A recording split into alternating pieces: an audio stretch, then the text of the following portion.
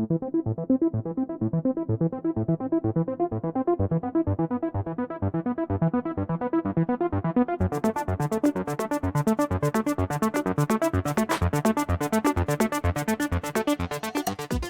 kalian berpikir bencana Sumatera terjadi hanya akibat ulah manusia, maka kalian perlu memahami seluruh proses yang menyebabkannya. Apa yang terjadi di penghujung tahun 2025 bukan sekedar bencana banjir biasa, melainkan kerusakan yang merobohkan sebagian Sumatera. Alam yang tak lagi dianggap bermakna semakin dirusak oleh kerakusan manusia. Hal ini sejalan dengan runtuhnya moralitas kita. Video ini tak hanya membicarakan ritme bencana, akan tetapi kita akan membedah isu-isu yang terjadi di dalamnya.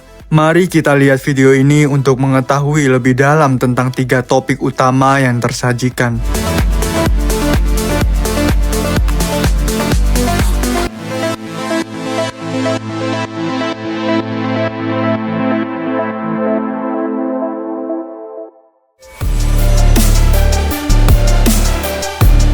Semua ledakan banjir ini tak terjadi secara tiba-tiba, melainkan suatu proses perlahan kontribusi alam dan manusia. Untuk memahami besarnya tragedi ini, kita akan memutar waktu ke minggu terakhir November 2025. Sabtu 22 November adalah awal mula proses pembentukan siklon tropis Senyar akibat terbentuknya daerah bertekanan rendah yang semakin hari semakin menguat di Selat Malaka hingga pada hari Kamis di minggu selanjutnya. Pada tengah malam di hari yang sama, badai ini semakin menguat sambil mengarah ke barat hingga akhirnya mendarat di Sumatera. Di hari berikutnya, badai ini mencapai kekuatan puncak dan terlahirlah siklon tropis Senyar yang bergerak di sepanjang pantai Sumatera, kemudian berbalik arah ke timur menuju Semenanjung Malaya dengan kekuatan yang semakin melemah. Siklon tropis ini menyebabkan peningkatan angin dan awan hujan di daerah sekitarnya sehingga pada tanggal 25-27 November terjadi intensitas hujan yang ekstrim di daerah Aceh, Sumatera Utara, dan Sumatera Barat. Lalu seberapa deras hujan yang terjadi? Berdasarkan pernyataan dari Kepala BMKG, bayangkan jika hujan yang biasanya turun selama 3 bulan dipadatkan dan dijatuhkan habis-habisan hanya dalam waktu 3 hari saja. Tak dapat dipungkiri, kondisi ini membawa petaka besar akibat tanah yang tak mampu menahan volume air yang datang. Merangkum pernyataan dari peneliti Fakultas Kehutanan UGM, kondisi ini diperparah dengan bentuk alam Sumatera yang diibaratkan seperti perosotan raksasa dengan lereng-lereng yang sangat terjal. Air hujan yang melewati lereng-lereng ini meluncur ke pemukiman yang lebih rendah sambil menyeret tanah dan bebatuan. Inilah kenapa banjir ini bukan sekedar genangan air, tapi hantaman longsor dengan material berkecepatan tinggi. Lalu seberapa parah dampak yang ditimbulkan? Sampai naskah ini dibuat, data BNPB menunjukkan bahwa terdapat 964 orang meninggal dunia, 262 masih belum ditemukan, 5.000 orang terluka, serta jumlah pengungsi yang hampir 1 juta jiwa. Adapun daerah yang terdampak yaitu 3 provinsi dengan rincian 52 kabupaten. Diperkirakan lebih dari 150.000 rumah mengalami kerusakan dan itu masih belum termasuk fasilitas umum lainnya.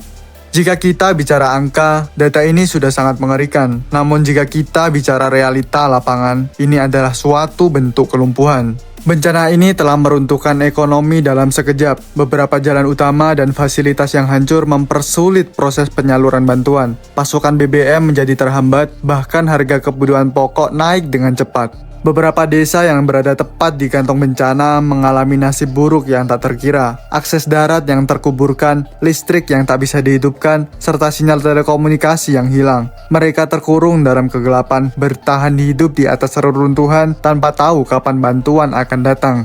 Bencana ini bukan sekedar banjir longsor biasa, melainkan kerusakan struktural yang menghancurkan seluruh sektor yang ada. Alam sedang tidak baik-baik saja. Manusia dipaksa berpikir atas bencana yang terpampang nyata. Lalu pertanyaannya, apakah kita hanya perlu menyalahkan alam saja, ataukah alam hanya menjalankan tugasnya untuk menghukum manusia?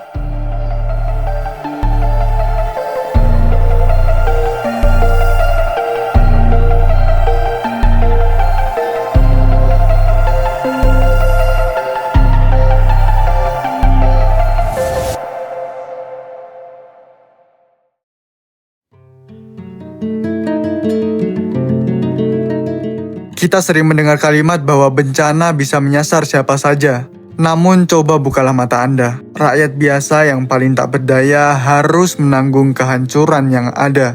Bagaimana jika bencana tentu memilih korbannya? Lalu relakah ketidakadilan menimpa diri kita? Mengutip dari Kompas, data Kementerian Kehutanan 2025 menunjukkan bahwa angka deforestasi hutan neto di Sumatera mencapai lebih dari 78.000 hektar. Angka ini adalah angka luas hutan yang telah ditebang dikurangi dengan luas hutan yang telah ditanami kembali. Akan tetapi jika dikritisi lebih lanjut, apakah angka neto ini benar-benar layak untuk dijadikan pedoman?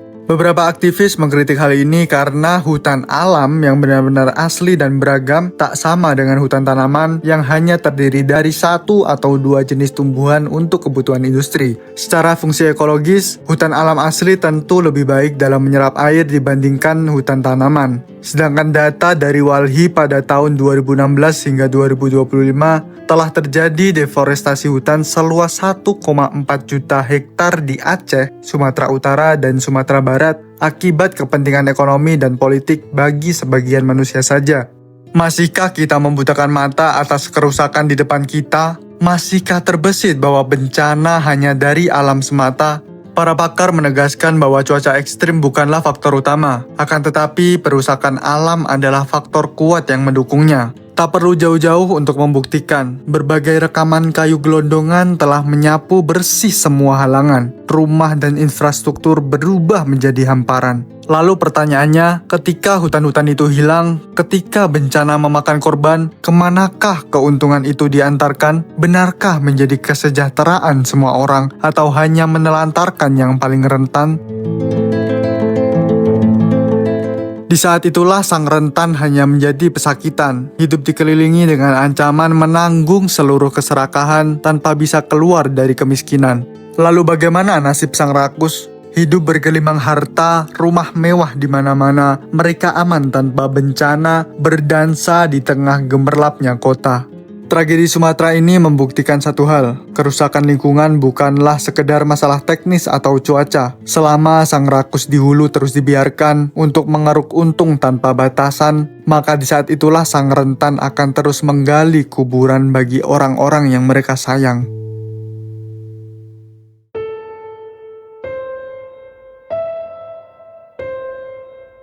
Semakin kesini, isu sosial yang sedang ramai dibicarakan adalah adanya praktik penjarahan. Dilema ini tentu memunculkan reaksi positif dan negatif di masyarakat.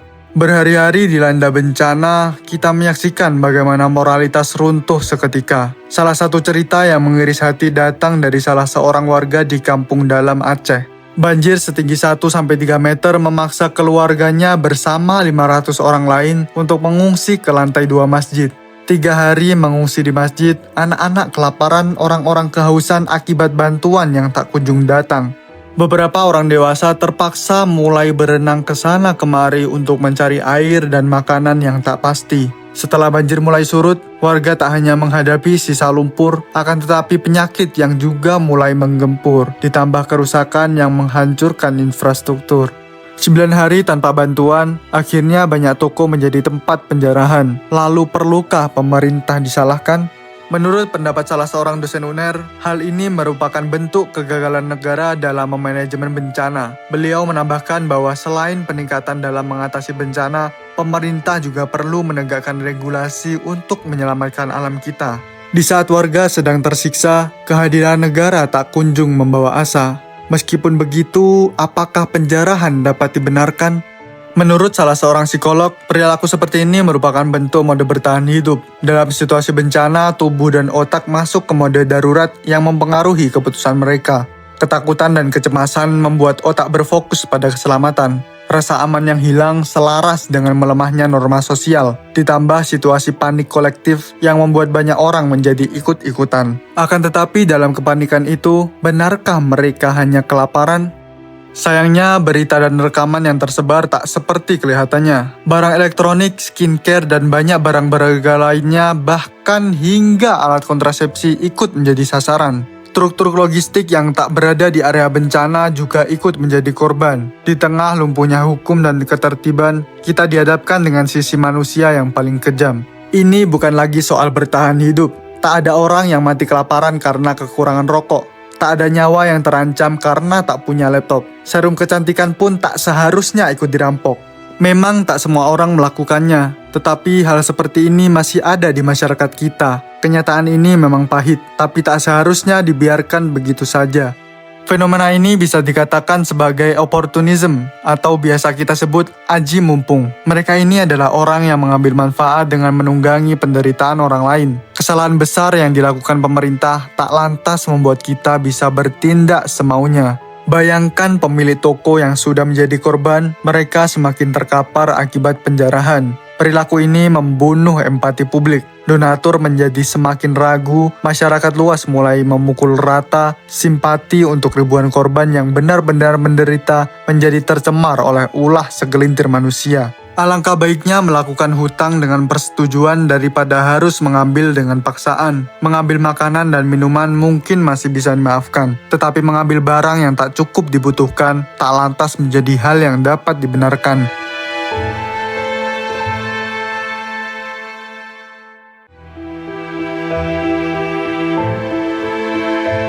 Pemerintah perlu menekankan komitmen mereka. Kerusakan alam sudah bukan lagi isu biasa. Pengusaha perlu menekan kerakusannya. Warga yang terlibat juga harus menyadarinya.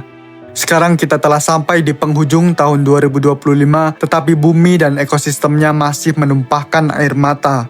Rakyat kecil yang tak tahu apa-apa semakin terpojok dan tersiksa. Bagi kita semua yang menonton dari kejauhan, mari berhenti sejenak dari perdebatan. Sisihkan rezeki untuk upaya pemulihan dan mulailah peduli kepada lingkungan.